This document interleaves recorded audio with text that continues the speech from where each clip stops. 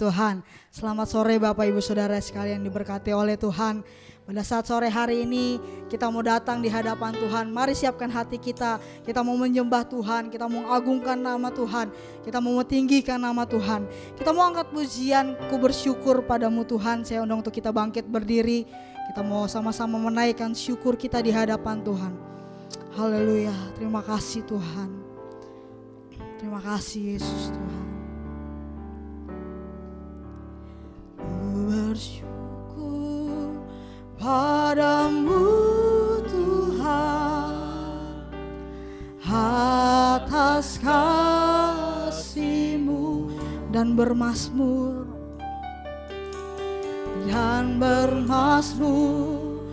bagi nama-Mu yang kudus. Sebab Engkau kebenaran, sebab Engkau kebenaranku, padamu ku percaya. Betapa mulianya Tuhanku, ku rindu menyatakan tinggikan dirimu, amin, mengatasi langit. Kebesaran-Mu Tuhan,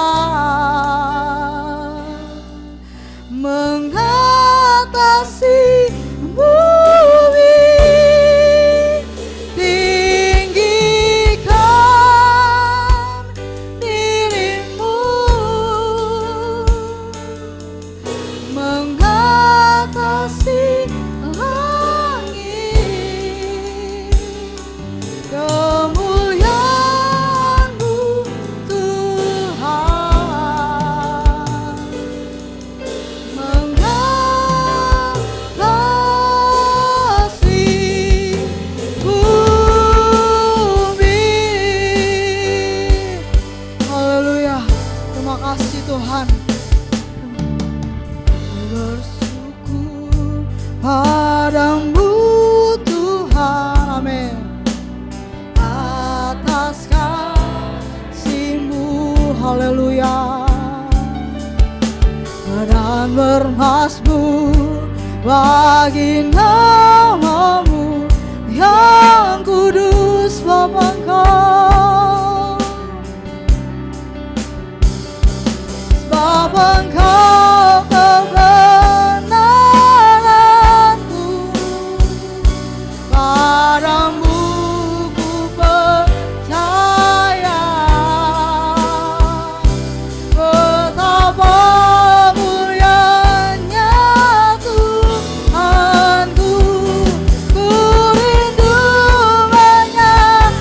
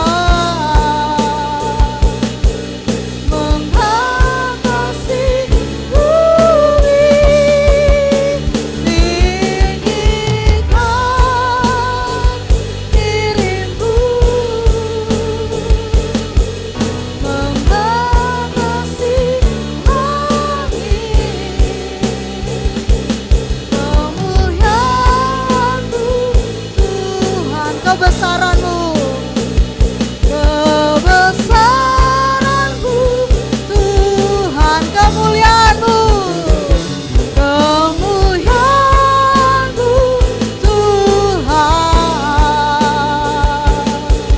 mengatasi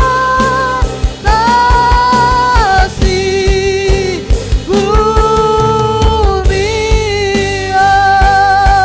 Haleluya, kami sembah Kau, kami muliakan, glory bagi-Mu, hanya bagi-Mu, Yesus. Haleluya, haleluya. Terima kasih Tuhan, terima kasih Yesus. Kami datang di hadapan-Mu, kami memuji, kami menyembah Yesus. Haleluya, terima kasih Tuhan, terima kasih. Haleluya. Nyanyian puja bagi-Mu Tuhan, pujian bagi-Mu, amin. Tuhan, nama-Mu besar dan layak dipuji, kumuliakan, kumuliakan nama-Mu Tuhan, mulia nama-Mu Tuhan, nama-Mu besar dan layak dipuji.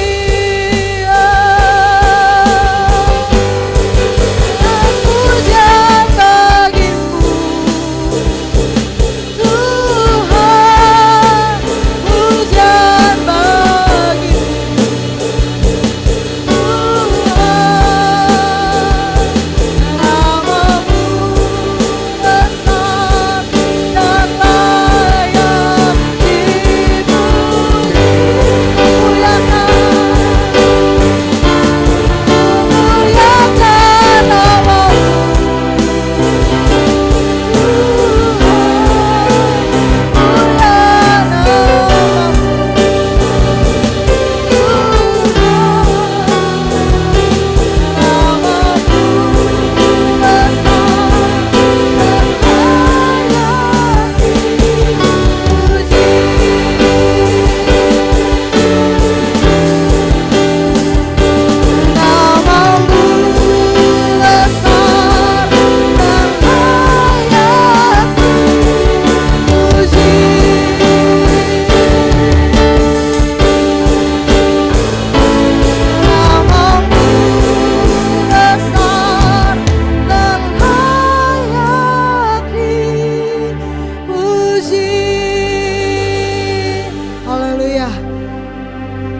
kami tinggikan, kami agungkan Tuhan.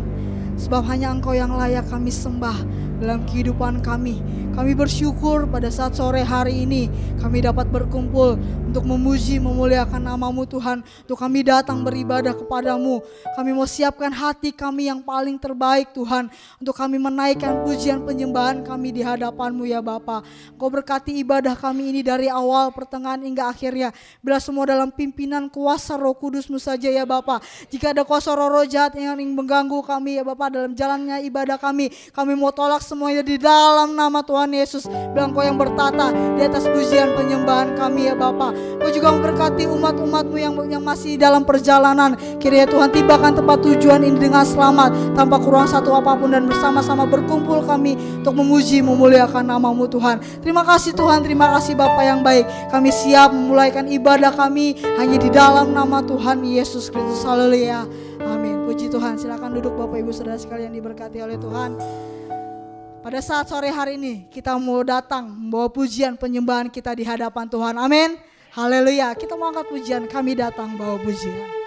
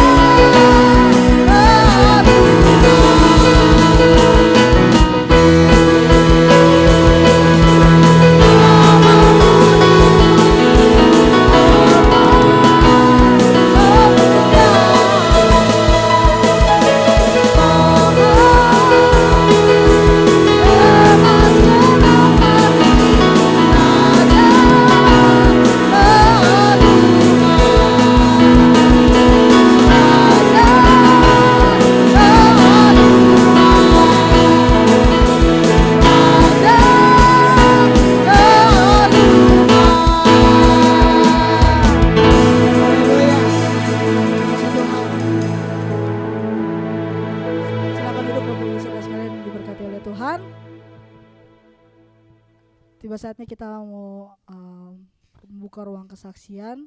Bagi yang ingin menyaksikan cinta kasih Tuhan, silakan maju.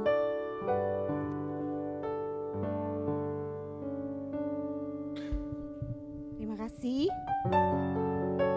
Puji Tuhan. Ya, saudara, kejadiannya ini hari Jumat. Jadi sudah ada beberapa yang tahu. Singkat saja. Jadi hari Jumat itu saya mau pergi ibadah FKM, keluarga muda di tempat ini ya. Itu kebetulan memang udah mendung sih sebenarnya. Cuman saya pikir kan belum hujan gitu ya, jadi saya pergi aja tetap sama suami naik motor gitu. Dan kebetulan emang harusnya saya tugas, jadi saya agak cepet gitu. Di tengah perjalanan nih ceritanya udah hujan rintik-rintik. Terus dia nanya, suami saya nanya, mau lanjut gak nih? Dilanjutin gak nih? Saya pikir biasanya kan kalau di sini hujan di sana enggak gitu kan. Dan saya pikir lagi, ya lanjut aja lah ya, belum hujan gede banget. Ntar kita lihat situasi aja gimana dalam perjalanan gitu saya bilang. Jadi udah dilanjutkan. Dan lagi ngobrol, sebenarnya kan emang kita biasa kalau di motor itu kita suka ngobrol gitu. Apa aja kita ngobrolin supaya yang nyetir juga gak ngantuk gitu. Jadi emang kita selalu ngobrol, lagi ngobrol-ngobrol. Terus tiba-tiba dia ngerem dan saya memang udah berasa agak-agak goyang gitu. Dan ternyata dia ngeremnya itu tuh di atas pasir gitu. Dan pasirnya gak numpuk yang banyak banget, tapi pasir yang lagi bergelimpangan di jalan. Dan akhirnya serot gubrak jatuh gitu ya, berduaan. Dan saya sampai kaget banget karena saya pikir, waduh Tuhan udah lama nih gak jatuh gitu ya. Pikir bener-bener emang biasanya kalau naik motor tuh saya sih sekencangnya saya, tapi saya tahu ini aman gitu. Dan pas jatuh saya syok banget gitu ya, hah kok bisa jatuh ya. Saya jatuh, saya udah tiba-tiba saya bangun, tapi suami saya gak bangun karena kakinya tergencet motor gitu. Saya refleks kalau saudara, motor ya buat saya sih motor agak berat gitu ya. Saya refleks, saya bangunin, terus orang-orang di sekitar juga ikut ngebangunin, hati-hati Pak itu pasir gitu. Iya udah hati-hati tapi tetap jatuh. Saya bilang ya udahlah ya nggak apa-apa. Hujan makin gede. Saya cuma lihat-lihatan sama dia. Ya udah bangunin. Terus saya langsung bilang balik aja. Karena memang udah akhirnya tuh nggak nyaman lah ya, dan hujannya makin gede. Dan saat itu kita sebenarnya pengen cari tempat neduh gitu buat kita berteduh supaya nggak terlalu lepek nanti sampai di gereja. Kalau telat pun nggak apa-apa, nggak masalah gitu. Tapi karena kita bangunin motor, kita lihat lagi segala macam gitu, akhirnya kita jadi kena hujan juga di tengah jalan. Balik. Ya udah akhirnya kita balik dan semakin kenceng, semakin deres. Ada Indomaret, jadi kita udah nepi dulu. Kalau terobos juga nggak pakai apa-apa, semua basah gitu kan ya. Ya udah akhirnya kita nepi. Terus pas dilihat lagi, lumayan kaki sebelah kanan saya sini tuh nyut-nyutan ya saudara, karena pakai celana panjang. Jadi waduh kenapa-napa nggak nih ya, tangan cuman merah di sini. Kebetulan suami juga yang robek tuh di tangan sini.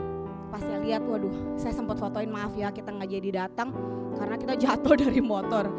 Udah di Indomaret kita mikirin kok bisa ya bla bla bla bla bla. Tapi suami sempat mereksa motor karena kan dia emang orangnya resik banget buat barang-barang yang kepunyaan dia gitu. Jadi benar-benar dia perhatiin ada nggak yang lecet. Puji Tuhan banget saudara ya, puji Tuhan banget itu motor jatuh gubrak gosret gitu, nggak ada yang lecet. Dikit juga gitu bagian bodinya, tapi cuman emang spionnya aja melengkung, dan itu kayaknya udah dibenerin. Dan sekarang saya lihat sih udah baik-baik lagi. Yang lebih puji Tuhan banget, saya ceritanya udah malam-malam tuh ternyata agak-agak meriang juga ya. Mungkin karena waktu Jumat itu saya main badminton, pulang langsung buru-buru mandi, agak keringetan. Saya gak keringin badan dulu, entah mengapa juga cuaca mendukung banget, saya agak meriang gitu. Saya mau tidur, saya masih bilang mau pakai arak gak? Gak usah deh, dia kan emang gak suka bobo arak, saya juga gitu. Tapi saya pikir kayaknya besok kita berdua nih bangun pasti ngerentak gitu.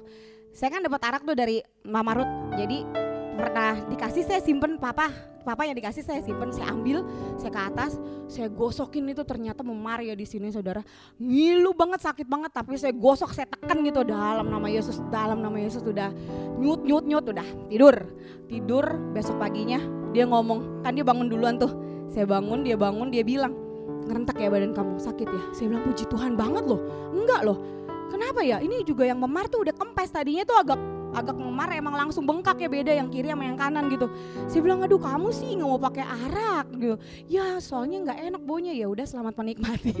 Saya bilang selamat menikmati, dan pasti Tuhan tolonglah ya, cuman ini doang. Pas diperiksa lagi, lihat lagi, iya cuman tangannya doang di sini sama kakinya pegel-pegel.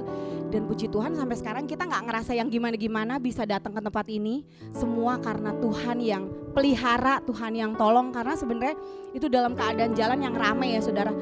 Jatuhnya gubrak ngosot gitu kan, kita nggak tahu ya, di belakang juga lagi pada motor kenceng, mobil kenceng karena mikir juga hujan gitu. Tapi Tuhan lindungi. Itulah ya Tuhan kita luar biasa. Apa yang nggak pernah kita pikirkan Tuhan sediakan, dan Tuhan lindungi anak-anaknya yang percayakan perlindungan Tuhan. Terima kasih, Tuhan Yesus memberkati. Puji Tuhan. Apapun kondisi yang kita alami, bahwa pertolongan Tuhan, perlindungan Tuhan tetap ada dalam kehidupan kita. Puji Tuhan, tiba saatnya kita akan memberikan korban persembahan. Bagi yang bertugas bersilakan, kita mau angkat pujian Allah ditinggikan dengan sorak-sorai.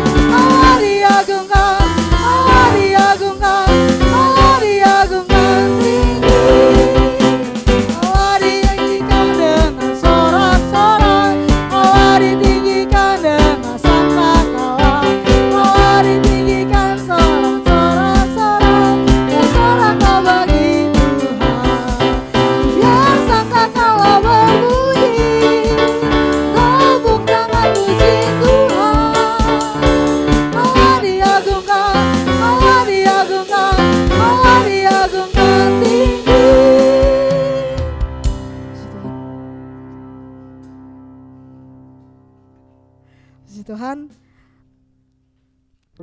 tiba saatnya kita akan mendengarkan kebenaran firman Tuhan.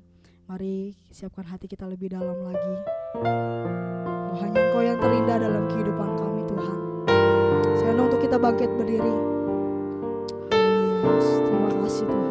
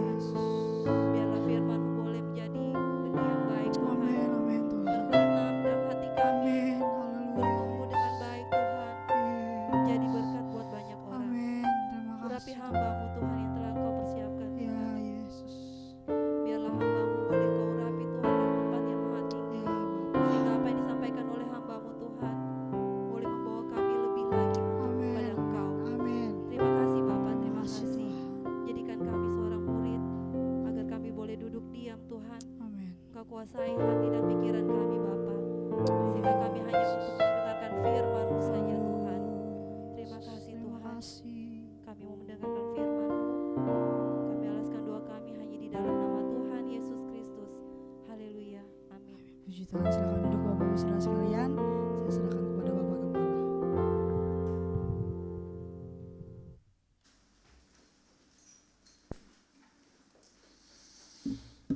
Haleluya.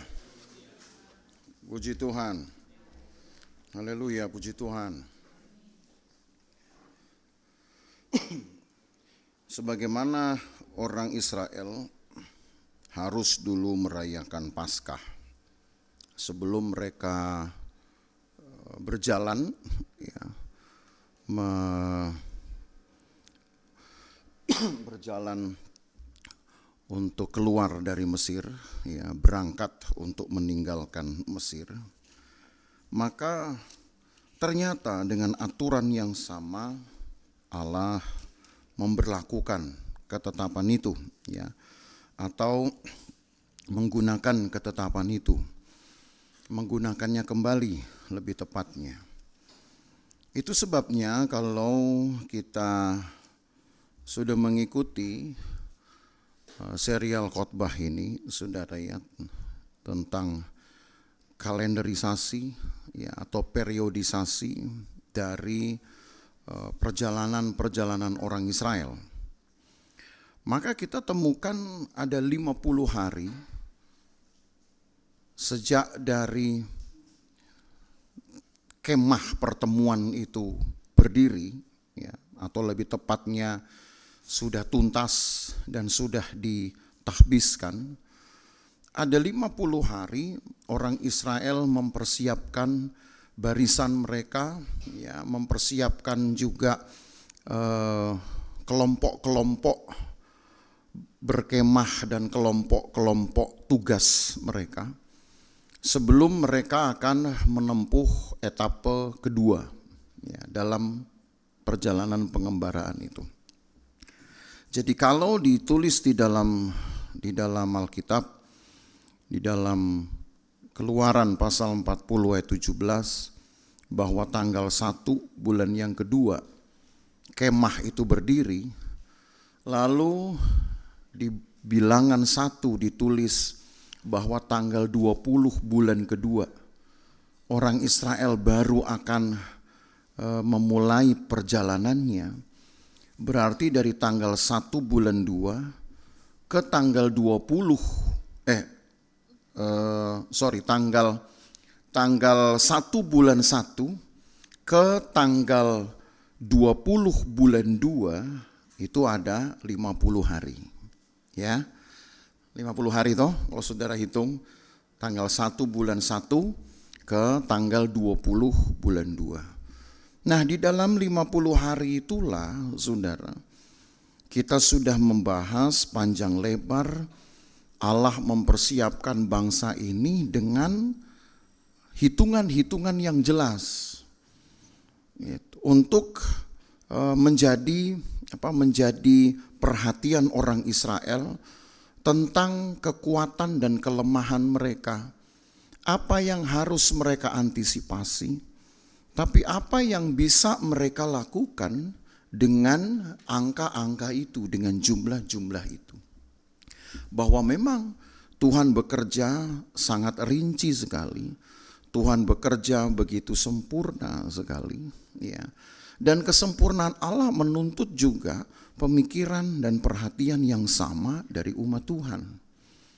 Pendeknya, saudara, jangan sampai Tuhan sudah memiliki satu rencana besar dan rencana agung dengan perhitungan-perhitungan yang sangat ketat.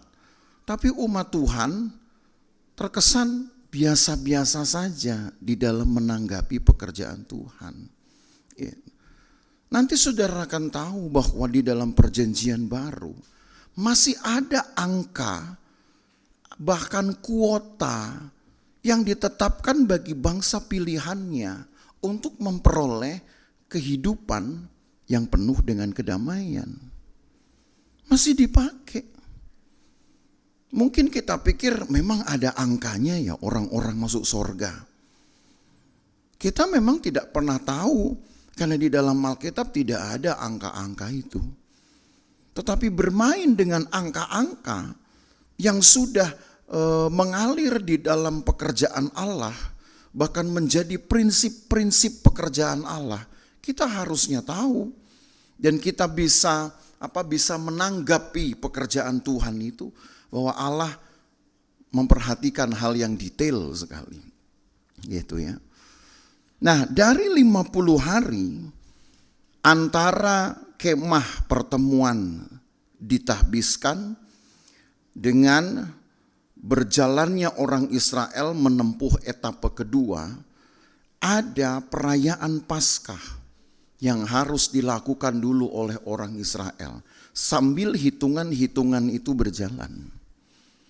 Ketentuan Paskah mengambil ketentuan yang lama yang di zaman kitab Keluaran sudah ditetapkan supaya orang Israel menghormati tanggal 14 setiap bulan pertama.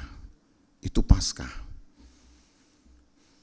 Itu berarti, saudara, sejak dari kemah itu berdiri tanggal 1, maka 14 hari kemudian, 2 minggu kemudian Paskah diselenggarakan. Tapi uniknya, untuk kasus ini ada 2 kali Paskah diselenggarakan. Bukan berarti orang Israel harus menambah lagi masa berkemah mereka 1 tahun sampai tahun ketiga.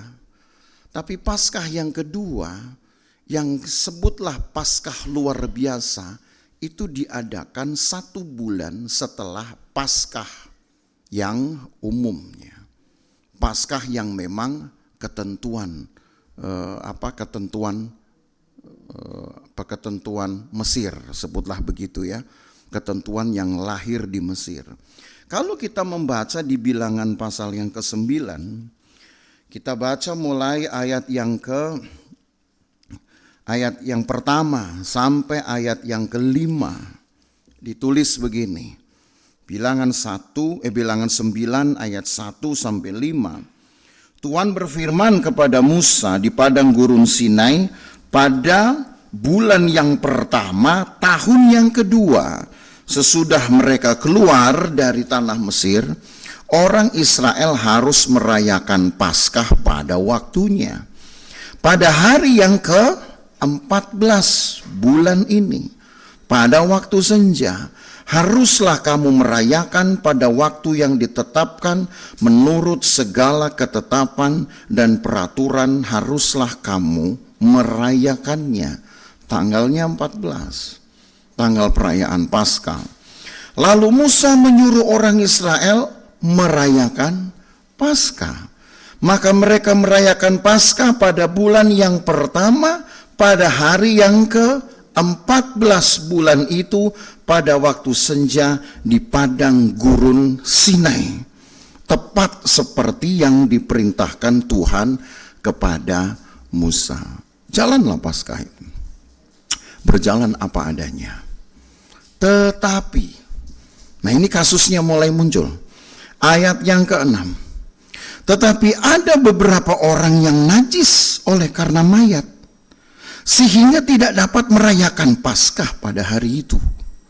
Mereka datang menghadap Musa dan Harun pada hari itu juga, lalu berkata kepadanya, sungguh pun kami najis oleh karena mayat. Dengan dasar apa kami dicegah mempersembahkan persembahan bagi Tuhan di tengah-tengah orang Israel pada waktu yang ditetapkan? Lalu jawab Musa kepada mereka, tunggulah dahulu, aku hendak mendengar apa yang akan diperintahkan Tuhan mengenai kamu. Ada orang-orang najis. Kita pernah belajar dulu hal najis dan hal tahir ini di Imamat 11, Imamat 12, sampai Imamat yang ke-16 tentang tahir dan najis. Bukan disengaja, tapi oleh karena satu keadaan, satu kondisi, seperti misalkan mereka mau tidak mau harus memegang mayat. Kalau yang meninggal orang tua kan tidak mungkin dibiarin. Tapi tetap saja aturan ya aturan. Sekalipun memang secara moral tidak mungkin kan seorang anak membiarkan orang tua mati tanpa diurus. Walaupun itu akan melanggar. Pelanggarannya apa? Ada aturan lain berkata jangan dekat-dekat mayat sebab engkau akan najis. Gitu. Maka orang-orang ini kemudian mengajukan keberatan. Oke lah kami melanggar hukum. Tapi kan itu konsekuensi karena kami juga ingin mengurus mayat-mayat yang tidak lain adalah anggota keluarga. Saudara perhatikan bahwa dari kelompok ini ada orang-orang Israel yang tahu bahwa mereka memang sedang tidak layak. Ini perhatikan baik-baik. Ada kelompok Israel yang menyadari mereka itu tidak layak. Tapi mereka rindu. Mereka bilang, Musa, apakah status ketidaklayakan kami membuat kami tidak bisa ikut Paskah? Toh ketidaklayakan ini, hukum tentang kenajisan atau dipisahkan, itu kan hukum yang mengatur secara horizontal antara sesama manusia dengan manusia lainnya. Kan itu yang ditegakkan, supaya jangan nanti kenajisan itu menghamirkan komunitas, menghamirkan kelompok. Tuhan bilang, kamu diasingkan dulu. Bahkan najis itu bukan berarti keadaan berdosa. Keadaan yang memang penuh dengan kelemahan itu saja sudah najis. Perempuan sehabis melahirkan ada masa nifas. Bahkan sampai 60 hari. Kan kita udah belajar itu. 2 bulan. Lalu dalam masa itu apa yang ditetapkan? Dia harus menyingkir dulu. Disebut najis, tapi najis bukan berarti dia itu berbuat dosa berat dibuang oleh Tuhan, tidak. Hanya karena ada dalam status lemah, tidak sigap, sehingga perlu dilindungi dan jangan nanti kelemahannya akan menghamirkan kelompok yang siap. Cuman itu aja. Allah tidak membuat pembedaan itu seolah najis itu berarti memang orang-orang yang harus dimurkai, orang-orang nanti harus dihukum. Enggak juga begitu. Hanya ini tandanya ada orang-orang yang memang lemah, yang enggak siap oleh karena kondisinya. Sudah lebih baik istirahat dulu daripada dipaksakan kelemahannya nanti. Dia malah menanggung tugasnya, dia tidak selesaikan. Kenapa? Ya karena memang tidak siap, ada dalam kelemahan. Diasingkan dulu sampai dia sehat. Gitu. Tapi masalah sekarang timbul karena ketika keadaan ini terjadi, orang-orang yang ada di dalam status najis ini, sebutlah orang-orang yang lemah ini, mereka justru seperti diabaikan di dalam perayaan Paskah. Kalau hari-hari itu tidak pas hari raya buat mereka tidak masalah. Saya mau dikurung kayak 60 hari, bahkan lebih dari 60 hari mungkin gak masalah. Cuman ini pas jatuh Paskah. Nah ada aturan lain yang sudah ditegakkan juga di Sinai. Bahwa Paskah harus dirayakan oleh semua orang. Dan menjadi wajib hukumnya untuk yang sudah berusia 20 tahun ke atas. Wajib loh saudara. Orang-orang Israel ini pun berusaha untuk memenuhi kehendak Allah di dalam hidupnya. Tetapi terganjal dengan aturan lainnya. Mereka bilang sama Musa, Musa, masa hanya gara-gara begini kami tidak bisa merayakan Paskah, lalu kami harus tunggu lagi tahun depan. Gitu. Ya kalau tahun depan kondisinya baik, kalau tahu-tahu misalkan, tahun depan kondisinya sama, maka jangan-jangan kami tidak akan pernah ikut Paskah dong. Gitu.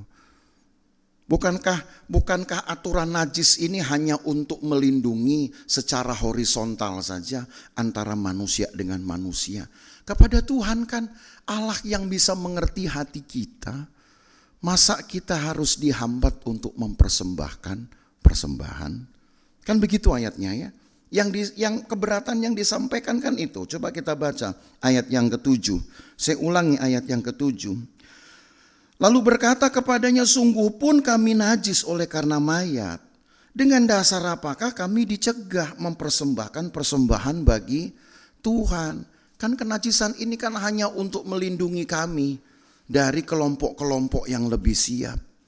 Artinya ini aturan hanya untuk menjaga saja secara horizontal ya, hubungan antara sesama, tapi tidak kepada Tuhan. Karena orang-orang yang najis ini pun kalau diisolasi mereka, termasuk yang kusta, diisolasi bahkan sampai 1 tahun pernah saya katakan.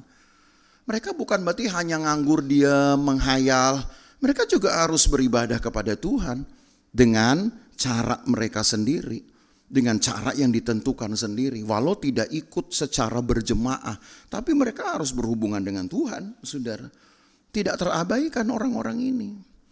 Makanya mereka minta, masa kami dicegah untuk memberi persembahan kepada Tuhan?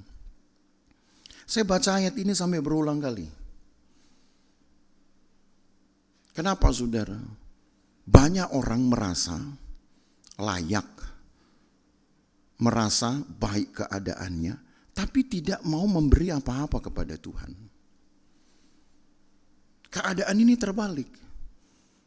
Orang-orang ini tahu keadaannya nggak layak, tapi rindu untuk memberikan kepada Tuhan. Tidak siap malah sebutlah begitu.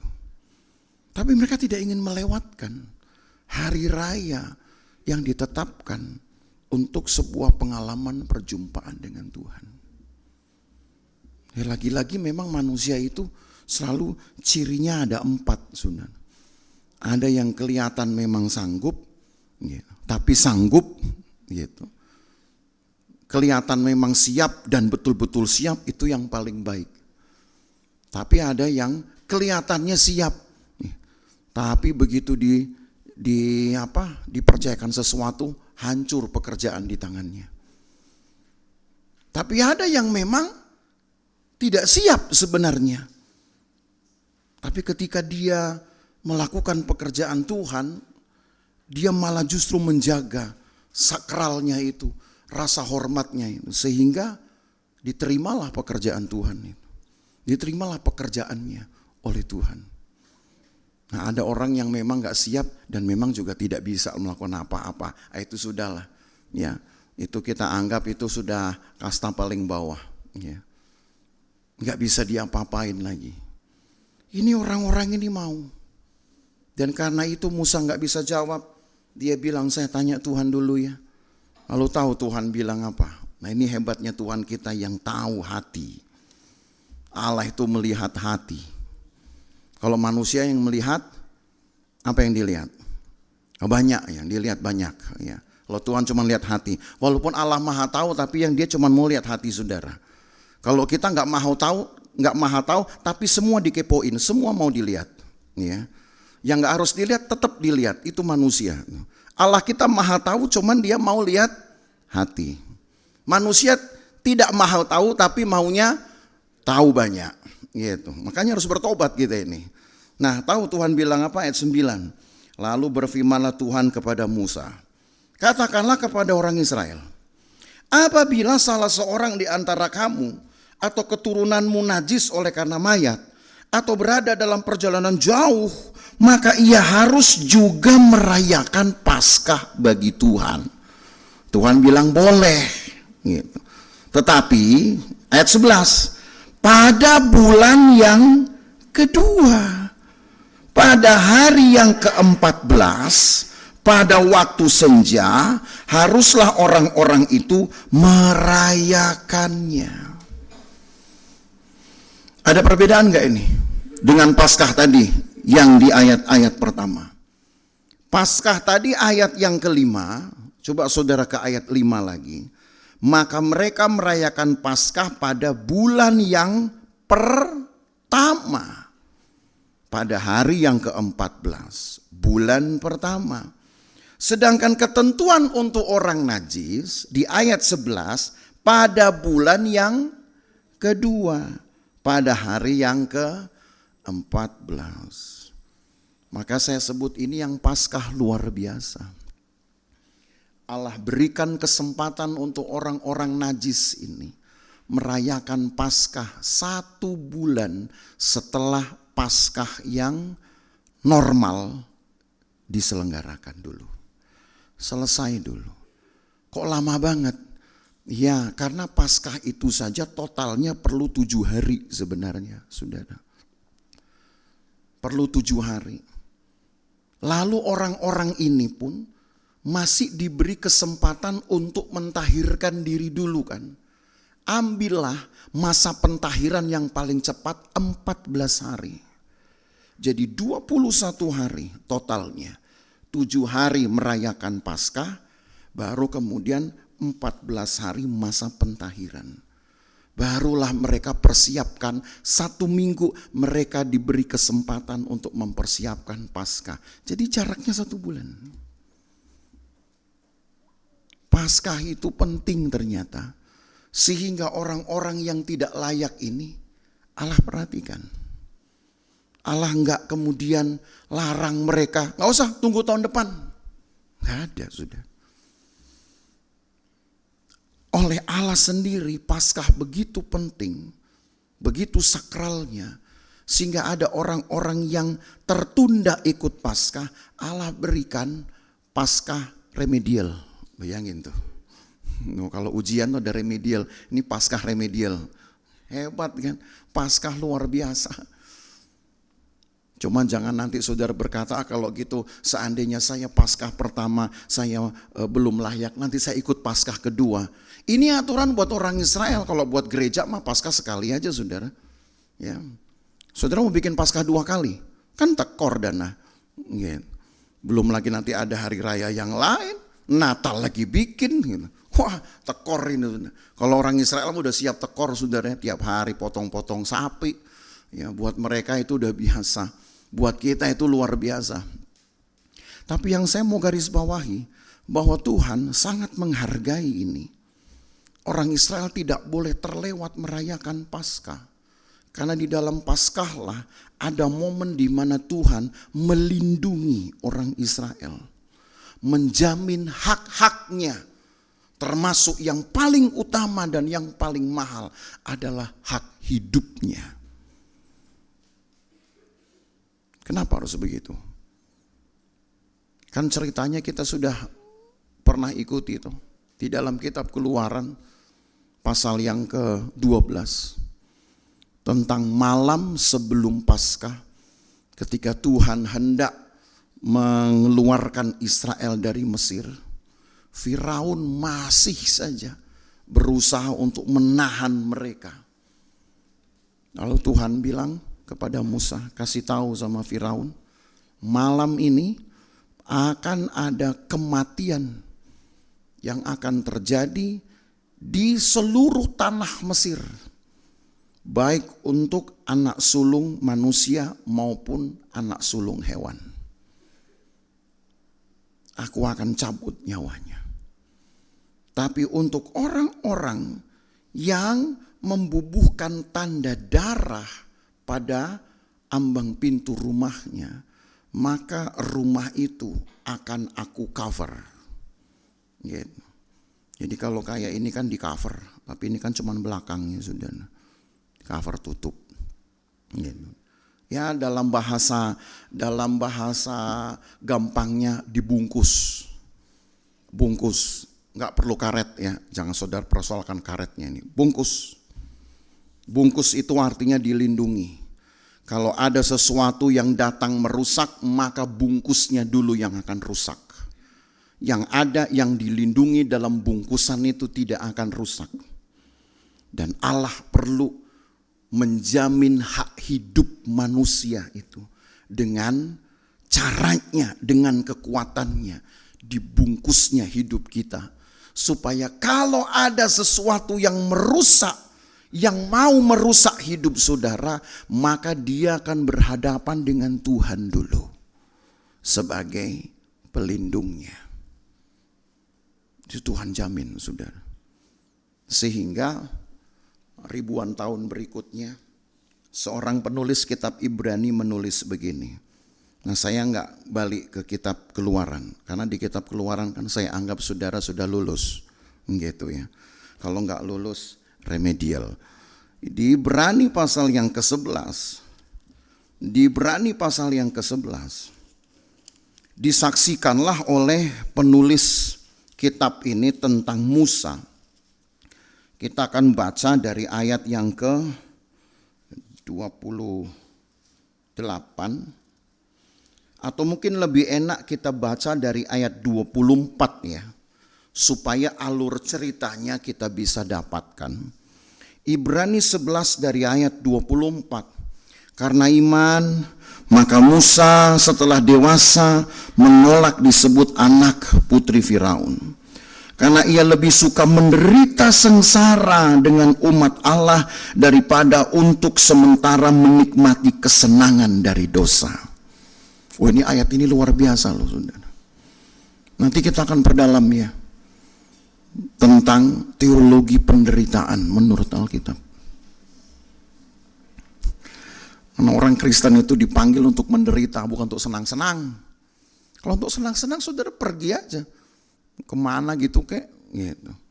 Mau ke kaki gunung atau kepala gunung, ke punggung gunung, mau senang-senang silakan saja. Kalau senang-senang nggak perlu diajari, tapi menderita itu perlu. Nah, ini tema-tema eskatologi sebenarnya ini. Tapi nanti ada waktunya, saudara. Sebelum penderitaan sesungguhnya datang, saya siapkan saudara untuk menderita lebih dulu. Ya, paling tidak ketika penderitaan datang, saudara tahu, oh menderita seperti ini tuh. Jadi kita mencintai Tuhan gitu. Bukan karena keadaannya yang membuat kita harus berubah-ubah penilaian. Buktinya Musa lebih memilih menderita, kan begitu. Dan ini bukan kata sembarangan loh, bukan kata asal. Ya, bukan kata asal-asal kata sinonim yang dipakai. Ini ada maknanya. Makanya kita simpan itu. Ayat 26. Ia menganggap penghinaan karena Kristus sebagai kekayaan yang lebih besar daripada semua harta Mesir, sebab pandangannya ia arahkan kepada upah. Makanya saudara, kalau kita mau hidup yang benar, atau hidup yang enak, yang menyenangkan, yang bahagia, gitu, yang tidak membuat menderita, itu adalah kejarlah upah. Itu nggak haram. Yang haram adalah kalau merampas upah orang lain, makan riba orang lain, itu yang dosa. Tapi Alkitab sudah memberi semua alur yang jelas, hanya kita kadang-kadang malu-malu dan sungkan-sungkan. Boleh nggak mengejar upah? Boleh. Boleh nggak kejar mamon? Boleh. Bahkan di kitab Lukas berkata, ikatlah persahabatan dengan mamon yang tidak jujur tuh. Daripada jadi hamba mamon, lebih bagus jadi temennya mamon. Apa itu? Kita simpan lagi. Kalau enggak udah kepanjangan saya khotbah nanti, saudara.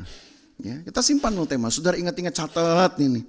Ini Pak Gem ini udah ngelepas kata-kata ini, tagih nanti. Kapan ini khotbahnya? Ya, paling yang jelas sebelum Tuhan datang pasti saya khotbahin, saudara. Ya. Harus diikat persahabatan dengan mamon. Jangan hamba uang. Itu ada artinya. Dan kan bukankah Musa juga melakukan yang sama? Apa yang dia arahkan? Upah. Upah sebagai pengikut Tuhan. Kan begitu. Karena orang kerja dapat upah. Karena upah lah saudara hidup layak. Upah saudara kalau mau dapat upah, saudara layak untuk menikmati. Kalau nggak ada upah, apa yang saudara mau nikmati? Minjem? Nggak nikmat. Nikmat ngabisin uangnya. Besok saudara mikir ngembalikinnya. Gitu. Jadi supaya bahagia hidupmu, kejarlah upah. Maka supaya upah didapat, bekerjalah. Baik bekerja untuk hidupmu sendiri, dengan pekerjaan di dunia maupun pekerjaan untuk masa depan, untuk kekekalan saudara dengan mengambil bagian dalam pekerjaan Tuhan. Apa yang saudara kerjakan di dunia fana, upahmu tetap habis di dunia fana. Tapi yang saudara kerjakan untuk sesuatu yang kekal, upahmu bertahan sampai kekal. Setuju nggak itu? Setuju nggak? Saya ulangi loh kalau nggak. Iya, saudara kerja mendapat upah, itu akan habis di dunia sementara. Kenapa? Karena engkau kerja di dunia yang fana. Upahmu juga akan habis. Gitu. Karena upahmu juga fana. Tapi berarti ada imbangannya. Untuk upah yang kekal, maka saudara tidak bisa mendapatkan dari pekerjaan yang fana. Dari pekerjaan yang kekal dong. Apa pekerjaan yang kekal? Nah, itu yang semua yang berbau pelayanan yang ada di dalam gereja. Nanti kalau didetail, ya itu lagi khotbah lagi, serial yang lain lagi. Sudah. Kalau enggak makin panjang lagi. Karena Musa begitu, yang dia pikirkan upah. Dan karena itulah kemudian ayat yang ke-27. Karena iman maka ia telah meninggalkan Mesir dengan tidak takut akan murka raja. Ia bertahan sama seperti ia melihat yang tidak kelihatan. Karena iman maka ia mengadakan Paskah dan pemercikan darah supaya pembinasa anak-anak sulung jangan menyentuh mereka. Atau dalam terjemahan lain, jangan merenggut nyawa mereka. Dan satu-satunya jaminan untuk dapat terlindungi dari si pencabut nyawa ini adalah pemercikan darah pada waktu Paskah. Jadi Paskah itu momen di mana seseorang akan dilindungi walau secara simbolis cuman dikepret. Tahu dikepret? Dipercik. Percik itu kan kepret. Cepret gitu. Dan itu bukan pembaptisan, pengkepretan. Beda sudah. Ya itu kan imam cuman kasih cipratin. Berapa sih yang kena coba? Berapa yang kena? Paling setetes doang. Ibarat kalau kayak kena hujan rintik-rintik setetes atau tempiasan air setetes. Pengaruh nggak itu untuk tubuh kita? Nggak pengaruh. Tetapi Allah telah mengerjakan dari satu titik itu ya, cipratan dari darah anak domba ini. Allah melindungi hak hidup manusia. Sehingga kalau terjadi sesuatu yang bisa merenggut nyawa manusia, dia akan berhadapan dulu dengan Allah. Jadi kalau Allah belum tentukan saudara mati, jangan cari mati. Setuju? Nanti tahu-tahu saudara pulang, baru kemudian saudara dipermainkan sama teman, dibohongin. Aku bilang, Tuhan lebih baik saya mati aja. Baru cuman dikerjain teman mau minta mati. Nanti apalagi nggak digaji satu kali gitu. Dipermainkan gaji saudara. Oh saudara menderita, berdoa lagi, Tuhan mending saya mati aja. Baru nggak digaji minta mati. Gampang orang pengen mati ya. Saudara nggak pengen kan? Nggak pengen tuh? Pengen nggak? Kalau pengen nggak apa-apa sih, daftar aja ke saya gitu. Nanti saya layani dengan baik kok saudara, sampai ke tempat peristirahatan yang terakhir. Tapi Allah menjamin loh, tidak ada yang bisa merenggut nyawa seseorang yang sudah Allah cover, yang sudah Allah lindungi. Sekarang asuransi hanya bisa memberi jaminan perlindungan sampai dengan kematian pun itu sudah ada harganya. Dan harganya makin tinggi kalau saudara bayar preminya makin banyak. Artinya itu bukan asuransi tapi nabung sih. Nabung itu sih. Gitu. Cuma nabung nggak dapat dihitung bunga duit, bunganya adalah jaminan nanti pertanggungan anak kita yang akan dapat. Gitu.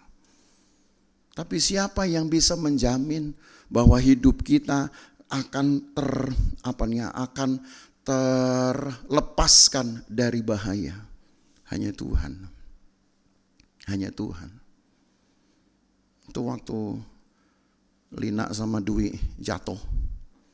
Itu kan kita lagi tunggu-tunggu tuh FKM. Karena mereka tugas. Mereka udah semangat. Betul-betul mereka semangat, saudara. Lalu jatuh. Lalu difoto. Tangan siapa itu yang difoto? Ada luka-luka di situ. Saya perhatikan ini belum melebihi 5 luka Yesus, saya bilang gitu.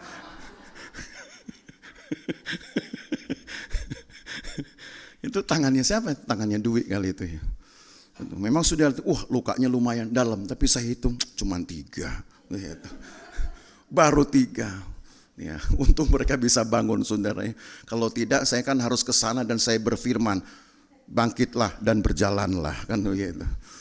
Jadi, saudara tahu bahwa Allah menjamin hak hidup manusia, termasuk orang-orang yang najis.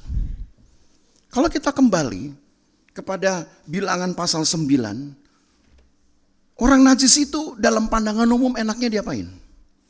Ya dihukum loh, udah najis kok.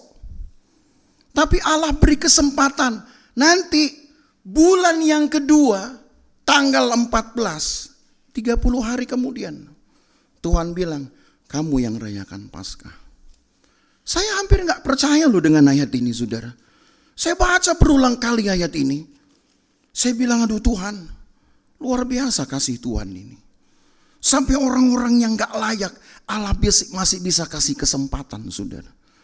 Supaya dari tangannya, dari hatinya, ada yang bisa dia persembahkan kepada Tuhan. Walau orang lain bilang, dia gak layak, dia najisin. Udah pisahin aja, buang aja. Kalau Tuhan masih terima, jangan kita yang buang, saudara. Nanti Tuhan buang kita lebih jauh nanti justru dari orang-orang najis. Kadang kita merasa bahwa diri kita menjadi lebih baik dari orang lain. Kita seperti punya perkataan yang jauh lebih rapi, yang jauh lebih redaksional, itu lebih teratur, lebih punya ya sebutlah harga diri. Tuhan yang paling tahu keadaan seseorang, bahkan yang najis saja masih diberi kesempatan. Dan itu menunjukkan bahwa Paskah bukan hari raya yang diadakan secara asal atau diadakan untuk memenuhi kuota hari raya orang Israel. Paskah mempunyai maksud supaya manusia-manusia dalam keadaan yang paling rapuh dilindungi hidupnya, dijagai hidupnya. Saya pikir-pikir tadi kayak kesaksian tadi. Kalau seandainya ada mobil dari belakang, ya selesai sudah mereka itu. Ya. FKM harus kita sambung dengan ibadah penghiburan. Loh iya loh, saudara. Ada orang yang hanya gara-gara terpleset di depan tangga rumahnya. Keluar rumah ada tangga, itu tangga paling cuma 3 atau 4 gitu kan. Entah itu cuma tangga-tangga untuk dekor doang gitu. Tangga, ya kayak kita inilah. Ini kan cuma ada 2 anak tangga. Jatuh kepleset, terbentur kepalanya dengan bagian runcing dari anak tangga. Mati. Sementara peluang kita untuk jatuh, saudara, dalam 24 jam sehari itu bisa berulang kali jatuh. Coba itu.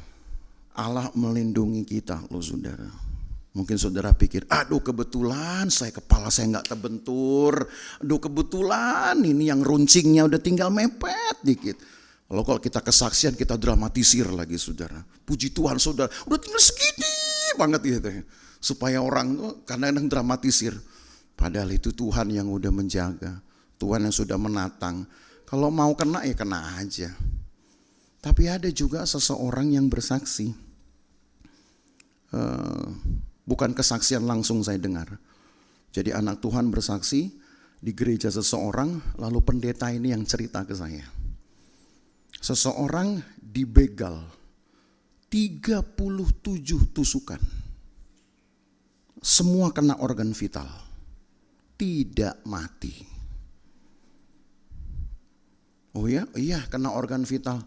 Bagian ginjal, bagian jantung, pokoknya semua 37 kena organ vital. Tidak mati. 37 tusukan. Jadi waktu dia hidup ya dia tahu itu berarti hidupnya itu memang dari Tuhan. Tuhan sambung itu hidupnya. Sekarang dia beri hidupnya untuk Tuhan, saudara. Mau coba 37 tusukan? Mati nggak ya kira-kira? Matilah. Kalau bukan Tuhan, saudara, nggak bisa itu terjadi. Jadi, Bapak Ibu Saudara, saudara tahu sekarang bahwa Allah mengerjakan dalam hidup kita sebuah perlindungan yang punya jangkauan lebih luas, lebih utuh dari asuransi manapun yang cuman bisa menjamin hidup saudara dengan angka. Itu pun angka, saudara mesti jamin dulu ke pihak asuransi. Saya bisa kasih premi ini. Jadi jaminan kita diberikan kalau mereka juga dijamin sama kita. Saya bisa kasih Anda sekian setahun. Jadi ini siapa yang menjamin, siapa yang dijamin gak jelas jadinya. Tapi itulah yang dunia lakukan. Jadi Paskah ini saya belum mau khotbah lebih panjang karena ini semuanya khotbah Paskah. Ya, cuman nih herannya pasal ini sudah bicara Paskah. Walaupun Paskah masih jauh. Hanya perlindungan ini kemudian diteguhkan oleh Tuhan bukan hanya di Sinai saja. Di tanggal 14 itu baik bulan pertama maupun bulan kedua. Bulan pertama untuk orang normal, bulan kedua untuk orang najis. Rupanya ada bentuk perlindungan lain yang Tuhan juga jamin untuk perjalanan mereka ketika mereka sudah meninggalkan Sinai. Dan itu kita lihat mulai dari ayat yang ke-15. Mari kita ke-15 sekarang. Tiang awan memimpin perjalanan Israel. Dari ayat 15 sampai ayat yang ke-18 saja. Pada hari didirikan kemah suci, maka awan itu menutupi kemah suci, kemah hukum Allah. Dan pada waktu malam sampai pagi, awan itu ada di atas kemah suci, kelihatan seperti api. Inilah kemudian mengapa nanti narator kitab ini akan mencatatkannya seolah seperti membentuk sebuah tiang api. Nah, saudara jangan kemudian menyangka tiang api itu awan yang berbentuk kayak tiang lalu menyala. Ya. Kita kan tidak tahu yang disebut dengan tiang ini apa. Sama seperti ketika kita membayangkan istri Lot yang karena dia menoleh ke belakang mengingat hartanya maka jadilah tiang garam. Lalu saudara kemudian menggambarkan tiang kayak tiang listrik gitu. Kalau saudara yang sudah pernah pergi ke Israel, maka yang disebut dengan tiang itu sebenarnya tidak lain adalah tugu. Itu gedenya hampir sama seperti mungkin 2 kali mimbar ini saudara. Sama seperti kalau orang bikin gapura begitu. Lalu kemudian ada relief-reliefnya. Itu mereka menyebutnya tiang. Ya kita kan gak biasa menyebut itu tiang. Kita menyebut itu ya kalau gak tugu, ya gapura, apalagi semua lah ya. Pilar lah mungkin itu lebih cocok. Jadi besar saudara. Nah begitu juga lah apa yang ditulis oleh penulis kitab Bilangan ini. Ayat yang ke-15. Pada waktu malam sampai pagi awan itu ada di atas kemah suci kelihatan seperti api. Saya belum pernah melihat fenomena awan seperti ini. Tapi kalau di atas satu ketinggian, kalau kita naik pesawat, saudara, lalu saudara kebetulan dapat awan yang berada persis memotong jalur matahari yang mau terbenam. Gitu. Matahari terbenam melihat dari ketinggian ternyata lebih bagus daripada ngelihat di pantai. Gitu. Dan itu awan itu akan memerah gitu, tampak betul-betul merah awannya. Hanya kalau matahari mau terbenam. Kalau mau terbit juga hampir sama, tapi tidak semerah kalau terbenam. Karena saya pernah pergi, saudara, di jam ketika masih di atas yang matahari baru nongol. Itu pernah. Lalu juga melihat satu waktu di jam ketika matahari akan menghilang. Bagus, merah. Tapi itu belum bisa membayangkan seperti ayat ini. Tapi paling tidak saya mikir bahwa itu berarti merupakan pekerjaan Allah. Belum ada yang bisa bikin awan itu merah bahkan seperti api kalau bukan Tuhan. Pertanyaannya untuk apa? Kalau siang hari, ya, kita lanjutkan dulu ya ayat yang ke-16. Demikianlah selalu terjadi, awan menutupi kemah dan pada waktu malam kelihatan seperti api itu. Selalu terjadi. Ayat 17, dan setiap kali awan itu naik dari atas kemah, maka orang Israel pun berangkat. Dan di tempat awan itu diam, di sanalah orang Israel berkemah. Jadi Israel ini tidak ada pemimpin gerak jalannya. Pasukan siap, gitu. Maju jalan, nggak ada. Itu Musa kalau sampai harus begitu, serak dia saudara baru hari pertama. Kan panjang itu, nanti saudara akan lihat barisan Israel. Tapi kita sebenarnya sudah pernah membahas itu ya. Kan sudah ada 12 kemah dan tiap 12 kemah ini nanti akan memanjang dari Yehuda sampai yang terakhir itu adalah Naftali, yang paling terakhir. 12 barisan dan satu barisan itu bisa bermeter-meter panjangnya. Gimana Musa mau memimpin? Mau pakai apa? Pakai simbol juga, bendera. Wow, udah gak kelihatan yang di ujung. Maka Allah yang pimpin. Cara memberangkatkan orang Israel, kalau awan tuh naik, jalan mereka. Begitu awan tuh diem, berhenti mereka. Kalau diemnya lama, harus pasang kemah mereka. Terus ya baca dulu ya supaya saudara tahu. Ayat yang ke-18. Atas titah Tuhan orang Israel berangkat, atas titah Tuhan juga mereka berkemah. Selama awan itu diam di atas kemah, mereka tetap berkemah. Apabila awan itu lama tinggal di atas kemah, maka orang Israel memelihara kewajibannya kepada Tuhan dan tidaklah mereka berangkat.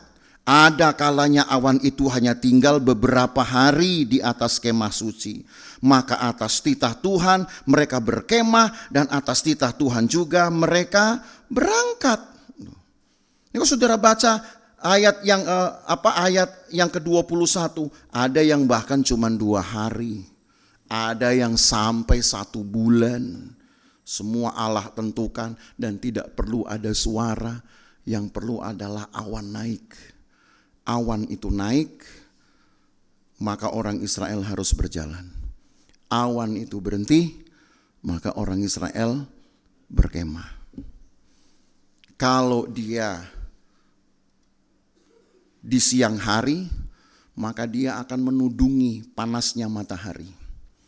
Tapi kalau dia malam, dia akan menudungi Israel dengan api untuk menjadi obor alam, obor semesta yang ada di atas ketinggian sehingga ratusan ribu manusia. Laki-lakinya berapa kita hitung waktu itu? 650.000 orang itu bisa melihat saudara obor itu. Tapi kalau siang dia akan menutupi, memayungi orang Israel. Sehingga ada ayat bilang begini, 1 Korintus, kita lihat ini ayat saudara.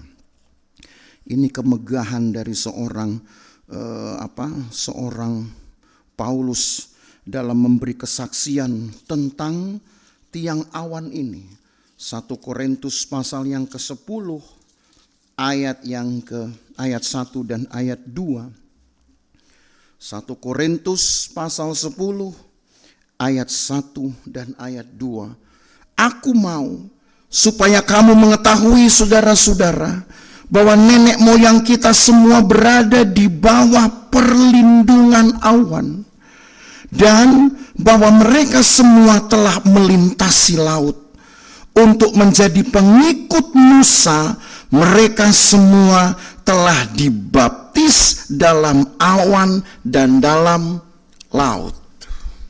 Ngerti nggak maksudnya apa ini? Bukan air laut yang menutupi mereka. Air laut cuman terbelah, mereka jalan. Kalau kita bilang baptis dalam konsep siram atau tenggelam, berarti kan air laut harus numplek lagi. Ya mati mereka.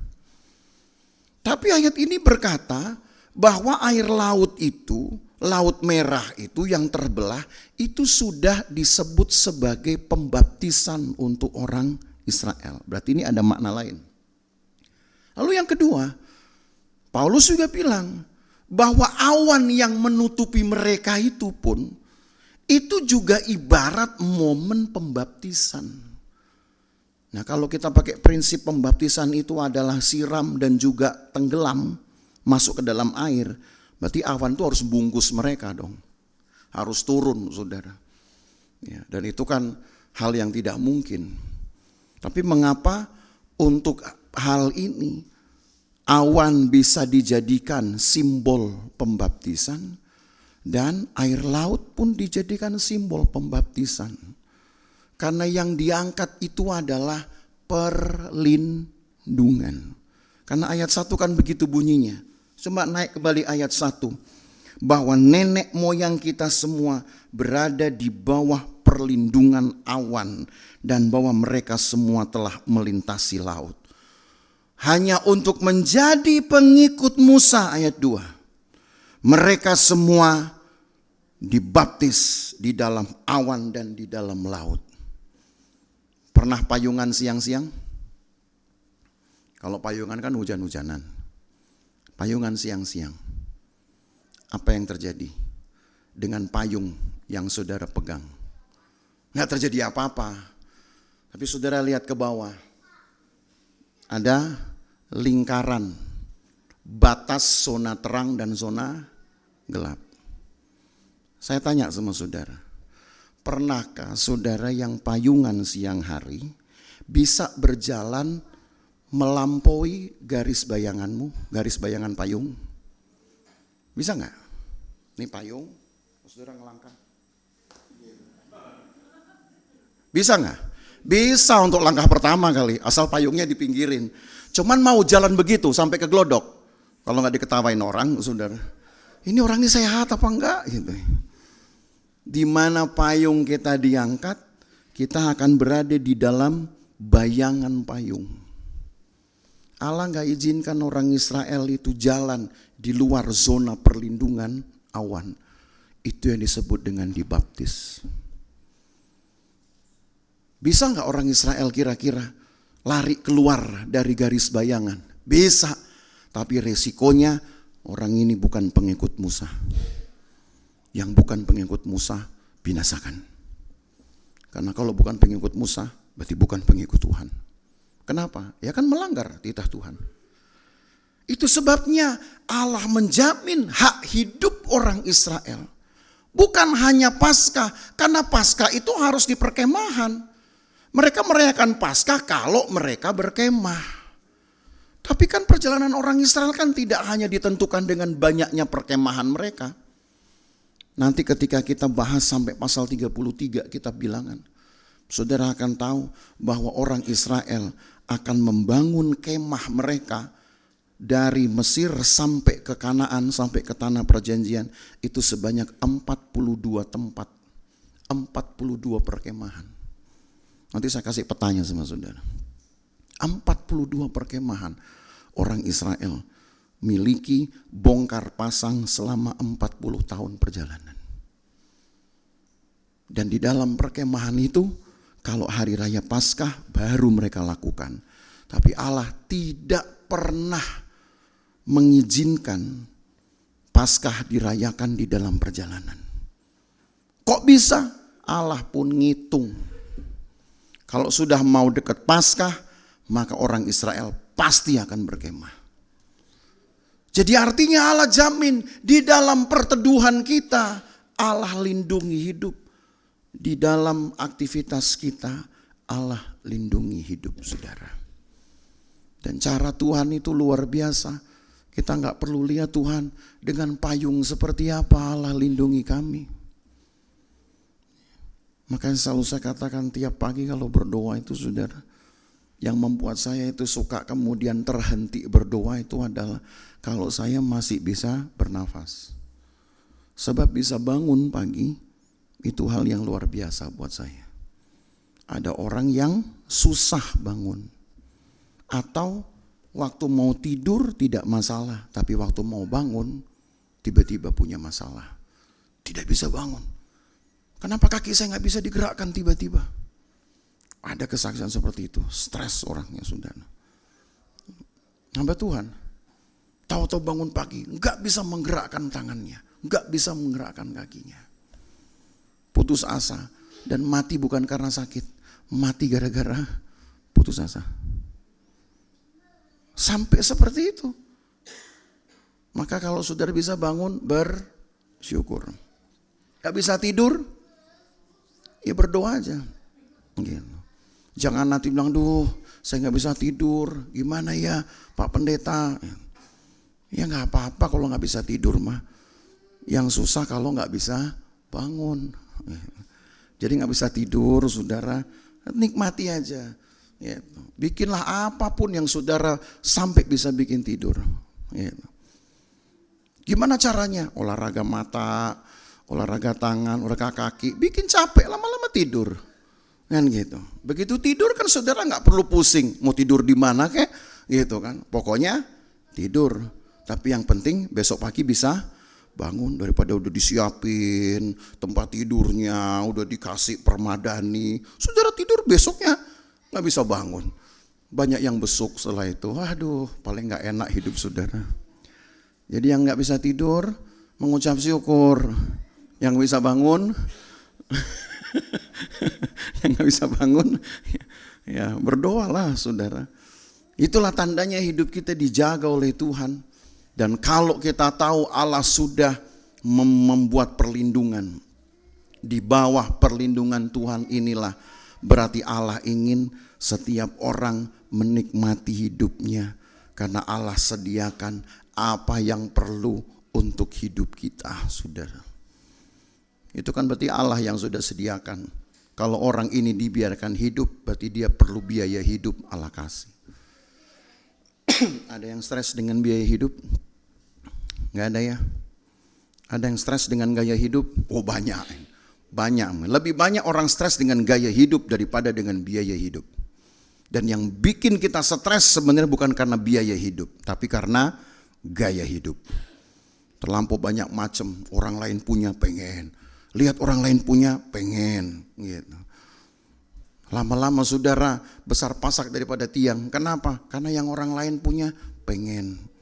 Cobalah sekarang, apa yang kira-kira yang kita nggak punya, yang Tuhan ingin kita punya, itu saudara kerjakan dulu aja deh. Karena kan saudara dapat hidup dari Tuhan kan ini. Saudara di cover saudara oleh Tuhan. Kita nggak tahu berapa banyak. Ya. Tadi sambil jalan dari dari Serang, karena saya pagi ada pelayanan di Serang. Tahu-tahu di di HP-nya Abed, ya, dia nyalain lagu lama, hitung berkatmu satu-satu, tapi dalam bahasa Inggris. Ada satu kata yang saya baru ngeh tadi, yaitu dari kata itu. Kalau bahasa Inggris itu berkata, count your blessing, name it one by one. Nah di Indonesia itu tidak terjemahkan kata name it itu. Yang ada kan hitung berkatmu satu-satu. Nah kalau udah begitu yang dipikir tuh cien. Tahu saudara ciennya? Kalau nggak tahu saya terangkan nih. Ya. duit. Karena lagunya hitung berkatmu satu. Bahasa Inggris pakai kata count your bless, name. Kasih nama. Jadi bukan hitung barangnya, hitung jenisnya.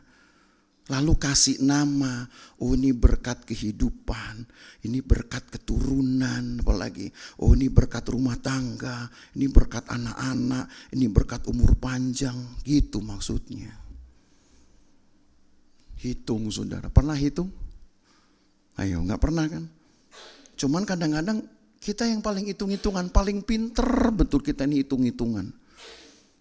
Gak bisa hitung-hitungan dengan Tuhan, kita hitung-hitungan sama gereja. Brur, gitu. Pagem, masa sih nggak tahu? Saya udah gini loh. Masa saya nggak diperhatiin? Di sini nggak ada. Itu saya cerita yang lain-lain saya angkat, saudara. Di sini bagus, betul bagus gitu. Pertahankan itu, saudara. Apa yang di sana-sana banyak itu protes, saudara. Saya bilang ya, makanya kalau udah begitu, sering-seringlah berkhotbah tentang kerelaan, sering-sering berkhotbah tentang persembahan. Jangan apa-apa khotbah karakter gitu. Nanti khotbah apalagi tentang motivasi, itu tinggal lihat TikTok banyak. Gereja ini perlu kebenaran, saudara. Bahkan saya sudah desain nanti makin ke depan di mimbar ini akan makin banyak pengetahuan yang sifatnya mungkin tajam. Termasuk tadi sudah saya singgung, teologi penderitaan. Itu tema besar. Kalau perlu 2 bulan khotbah saya penderitaan melulu. Senang apa enggak senang terserah saudara deh terimanya. Apa enggak? Gitu. Saya mau lihat saudara masih datang ke gereja apa enggak. Temanya penderitaan. Habis penderitaan apa? Kita sambung 2 bulan kesusahan. Habis kesusahan apa lagi? Kita sambung lagi 2 minggu 2 bulan penganiayaan. Enggak selesai sampai Natal gitu. Terus tema Natal apa? Penyaliban. Yeah. Ngeri banget itu. Tapi itu Alkitab loh, itu kebenaran. Kalau saudara cuma mau disenang-senangkan, lihat aja TikTok banyak kata-kata yang menyenangkan. Tapi firman Tuhan melindungi saudara, menjaga hak hidup saudara. Pahit nggak apa-apa. Paskah itu kan harus makan sayur pahit tuh. 7 hari loh saudara. Coba baca itu kan. Kita udah lewati. 7 hari mereka makan sayur pahit. Makanya saudara kalau mau belajar hidup pahit, mulailah belajar makan sayur pahit. Nah, saya untung. Kenapa? Saya suka kopi pahit. Ya. Supaya memang yang pahit-pahit saudara bisa rasa. Oh betul itu. Nanti saudara akan banyak belajar. Hidup itu ternyata hanya dimulai simple. Itu dari tempat tidur dan dari dapur. Nanti saya kasih tahu. Ini yang ngomong ini semua adalah orang-orang berhasil. Yang ngomong ini orang-orang yang sudah paling tidak menjalani hidupnya 20 tahun. Mulai ketika dia merintis satu pekerjaan sampai dia menjadi top 15-nya. Dari mereka datang kesaksian ini. Semua kehidupan hanya datang dari 2 tempat. Tempat tidur dan dari dapur. Bagus tempat tidurmu dan bagus dapurmu, bagus hidupmu. Wah, kok bisa ya? Nah, itu tinggal tunggu tanggal mainnya. Tinggal tunggu nanti saudara, ada serialnya ini. Ya. Nah, saudara tinggal nanti, jangan nanti saudara pikir, wah ini kira-kira nanti kita bilangan bicara apa lagi, angka lagi. Ini Pak Gem demen banget angka. Saya sebenarnya nggak demen, tapi Alkitabnya bilang begitu. Jadi saya kan nggak bisa mengelak, saudara. Tapi dengan begitu saudara tahu hidup diatur. Dan karena hidup diatur, maka saudara jadi orang yang teratur untuk Tuhan. Maka jangan sampai saudara mau melepaskan diri dari aturan. Allah atur dari pagi sampai ke pagi hari. Berapa banyak Allah berikan perlindungan, berapa banyak manfaat saudara terima. Coba saudara hitung dan saudara kasih nama itu. Coba. Berani? Bisa? Lalu bandingkan berapa yang saudara bisa terima bahkan dari dari pengelola asuransi jiwa. Berapa yang saudara bisa dapat? Belum dapat mengimbangi. Tapi hidup kita ada karena Tuhan. Saudara, hidup kita ada karena Tuhan. Saudara hidup karena Tuhan. saudara dilindungi dari pagi sampai malam. Pagi ada tiang awan, malam ada tiang api. Saudara lihat mungkin ke rumah nggak ada api, nggak perlu. Tapi yang penting saudara tahu Tuhan ada membungkus rumahmu, Tuhan ada membungkus anak-anakmu, Tuhan ada untuk membungkus ladang kerjamu, Tuhan ada untuk membungkus semua kerabat kita, Tuhan ada membungkus gereja ini. Oh, saya percaya itu. Hanya masalah waktu saja, nanti Allah akan kerjakan lebih besar dari apa yang terjadi sekarang. Cuman yang penting saudara harus punya hati besar. Seperti orang Israel yang gak layak ini datang kepada Musa. Musa, kami ingin memberi persembahan kepada Tuhan. Memang mungkin kami orang terbuang, memang mungkin kami orang tidak layak, tapi kami ingin memberi persembahan kepada Tuhan. Tolong you tanya sama Tuhan. Allah membutuhkan orang-orang yang punya hati untuk selalu memberikan hidup kepada Tuhan. Bukan karena saudara mungkin orang yang tidak layak, saya gak bisa apa-apa. Semakin sering engkau berkata tidak bisa apa-apa, makin tidak bisa saudara.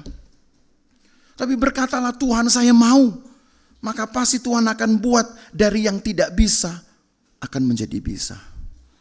Karena Allah lindungi membuat saudara hidup tuh ongkosnya mahal loh. Gak mungkin toh hidup dianggurin. Betul? Saudara hidup pasti Tuhan punya kehendak di situ. Maka berikanlah hidup saudara untuk Tuhan. Mari kita bangkit berdiri. Ya. Saya kok masih pengen lagi nyanyi lagu itu ya. Ku tahu hidupku adalah, jadi kayak sekolah Alkitab nih, ya dikit-dikit nyanyi lagu ini gitu ya. Satu angkatan lagu ini dinyanyiin terus saudara, kayak nggak ada lagu lain gitu. Tapi nggak apa-apa lah. Gitu.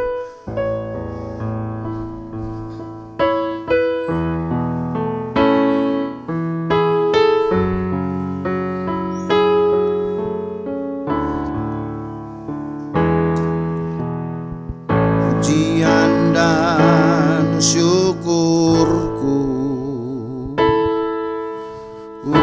bawa padamu, dengan senang hati ku persembahkan.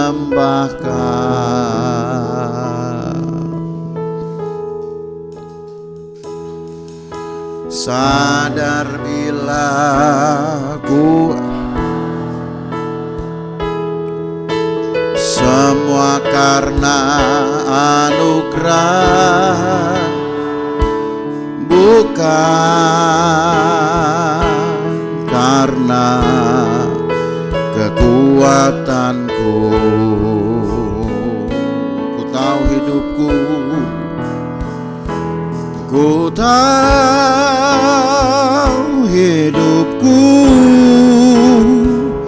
adalah penyembahan.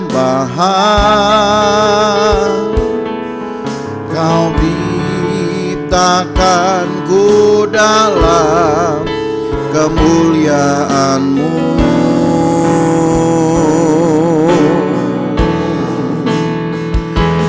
Ku tahu hidupku hanya di mata-Mu. Segenap hidupku persembahkan. Pagi sampai ke malam hari, malam hingga pagi hari lagi, Allah cover, Allah bungkus hidup saudara, sehingga saudara diloloskan dari bahaya-bahaya. Banyak kesempatan kita bisa mengalami bahaya, banyak kesempatan kita bisa mati secara mendadak. Tapi kalau kita hidup karena Tuhan membungkus hidup saudara. Tapi pernahkah saudara terpikir ketika saudara hidup, apakah Tuhan akan membiarkan engkau hidup dengan sia-sia? Sementara Dia sudah mengeluarkan banyak sekali modal dan perhatian untuk mengcover kita.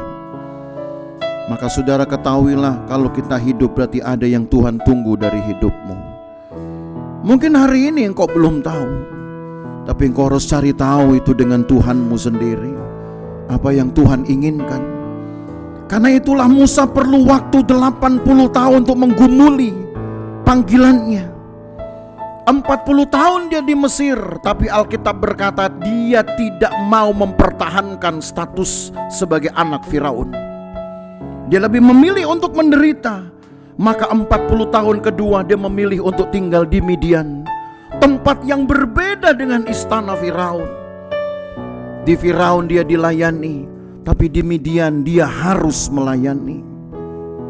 Di istana Firaun dia mendapatkan apa yang dia inginkan, tapi di Midian dia harus melakukan apa yang orang lain inginkan. Beda jauh sekali. Tapi Alkitab berkata justru itulah yang Musa pilih, karena dia mengejar upahnya, bukan mengejar kemudahan, mengejar upahnya, mengejar haknya. Karena dia sudah berjuang untuk Tuhan, dia layak mendapatkan upahnya, bukan kemudahan. Maka saudara, belajarlah hidup kita ini kalau masih panjang bagi Tuhan inginkan sesuatu dalam hidupmu. Kalau engkau belum tahu, cari tahu. Cari tahu dengan berdoa, Tuhan apa yang Tuhan mau dengan hidup saya? Kenapa saya masih panjang umur?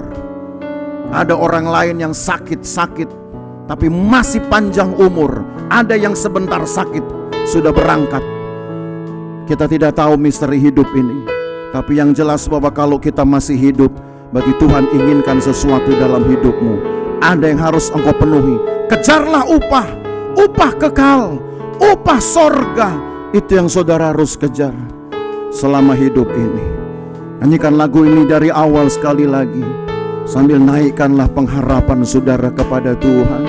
Pujian dan syukurku, pujian dan syukurku, ku bawa padamu. Dengan rendah hati ku persembahkan,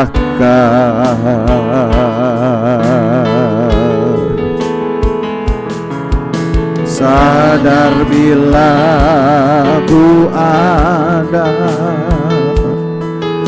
semua karena anugerah, bukan karena kekuatanku. Ku tahu hidupku, ku tahu hidupku berhak penyembahan. Kau ciptakanku dalam kemuliaan-Mu.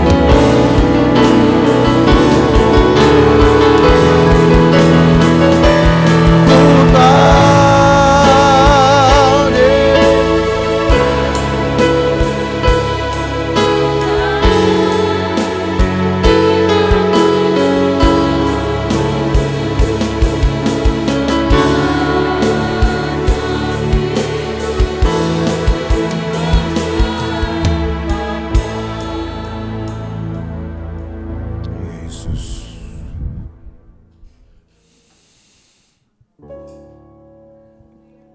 Yesus. Walau kami tidak bisa melihat seperti apa payung kehidupan yang membungkus kami, tapi kami tahu sampai hari ini Tuhan banyak loloskan kami dari bahaya, dari keadaan lemah, dari sakit. Tuhan halaukan penyakit, Tuhan halaukan bahaya. Tapi mungkin kami belum tahu apa yang harus kami buat Tuhan. Tuhan berikan kami satu hikmat, karena kami rindu untuk memberikan persembahan. Kalau ada orang-orang Israel yang najis masih merindukan memberi persembahan kepada Tuhan, Kami tidak tahu apakah kami lebih baik dari mereka ataukah kami tidak sebaik mereka. Tapi yang jelas kami adalah orang berdosa. Dan Tuhan masih beri kesempatan untuk orang-orang berdosa memberikan sesuatu dari hidup ini. Maka Tuhan, buatlah kami selalu memikirkan, kami hidup, artinya kami harus berikan kembali hidup ini untuk Tuhan. Entah dengan cara apapun, kiranya Tuhanlah yang memberikan kami hikmat. Kami minta di dalam nama Yesus, Engkau yang taruh hikmat di dalam pikiran, di dalam hati umat-Mu, supaya mereka tahu apa yang mereka harus buat selagi mereka hidup ini, karena hidup ini dari Tuhan adanya. Terima kasih Tuhan Yesus. Itu sebabnya kami bawa di dalam doa untuk anak-anak kami, untuk cucu kami, supaya perlakuan yang sama Tuhan berikan kepada mereka. Perlindungan atas hidup mereka, hak hidup mereka ya Tuhan, sampai mereka pun mendapatkan apa yang mereka layak dapatkan sebagai upah ketika mereka dewasa kelak nanti. Kami taruh dalam tangan Tuhan keluarga kami, anak-anak kami, kerabat kami, supaya Tuhan pelihara. Kalaupun mungkin pada masa-masa ini kami melihat mereka kurang beruntung, Tuhan, mungkin itu karena kami yang juga kurang berserah. Tuhan, ampuni kami. Buatlah kami lebih gigih untuk berserah kepada Tuhan. Maka Allah akan lindungi keluarga kami, anak-anak kami, cucu kami, seisi rumah Tuhan. Tuhan lindungi, Tuhan pagari. Karena kami layak untuk hidup Tuhan. Kami layak untuk menikmati hidup. Apalagi kami yang sudah menerima darah dan tubuh-Mu sebagai penebusan. Kami percaya kami layak untuk menerima hidup. Bahkan hidup yang kekal kami layak menerimanya. Turunlah berkat atas umat-Mu Tuhan. Turunlah berkat atas anak-anak mereka. Turunlah berkat atas cucu mereka. Turunlah berkat atas seisi rumah. Turunlah berkat kepada kerabat-kerabat mereka yang lain. Turunlah berkat untuk usaha mereka, pekerjaan mereka. Dari pekerjaanlah Tuhan bisa menghidupkan, Tuhan bisa mencukupi kebutuhan-kebutuhan umat-Mu. Turunlah berkat ya Tuhan atas hidup kami semua satu persatu, supaya orang yang melihat hidup kami, mendengar cerita kami, kesaksian kami, dihidupkan semangatnya, dibaharui semangatnya. Mereka dapat menata iman mereka, dan mereka akan bisa mengalami keintiman dengan Tuhan seperti kami. Terima kasih Tuhan Yesus. Terima kasih Tuhan. Sertai umat-Mu sepanjang hari, sertai umat-Mu sepanjang minggu ini ya Tuhan. Jauhkan dari bahaya, celaka dan perbuatan jahat orang lain. Tuhan, jagai gerak-gerik kami, jagai istirahat kami, jagai tidur kami, supaya kami dapat menceritakan kebaikan Tuhan kepada banyak orang. Berkati umat-Mu, berkati persembahan mereka, berkati korban-korban mereka, berkati semua pengabdian mereka, kontribusi mereka. Berkati ya Tuhan. Kami pulang sebentar, jagai kami di jalan jauh maupun dekat, berkendaraan berjalan kaki Tuhan beserta. Kami tiba dengan selamat dan sukacita karena keselamatan dari Tuhan. Maka Bapak Ibu Saudara sekalian, pulang dengan buah berkat dari Allah Bapa, kasih sayang dalam persekutuan dengan anaknya Yesus Kristus, dan penyertaan Roh Kudus memelihara kita dari hari ini sampai selama-lamanya. Dan berkat ini kita terima di dalam nama Tuhan Yesus Kristus. Dalam kemuliaan hanya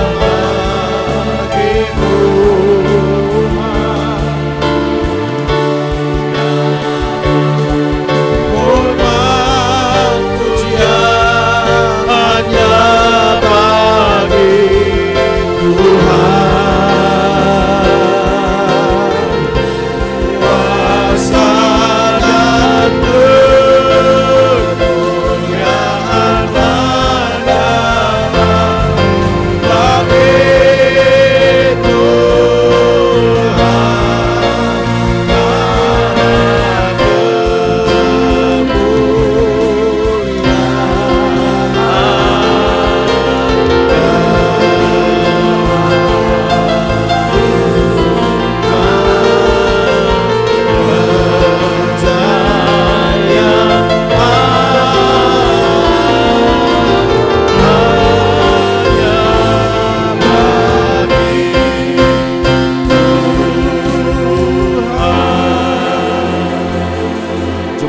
diberkati bersama kita berkata amin.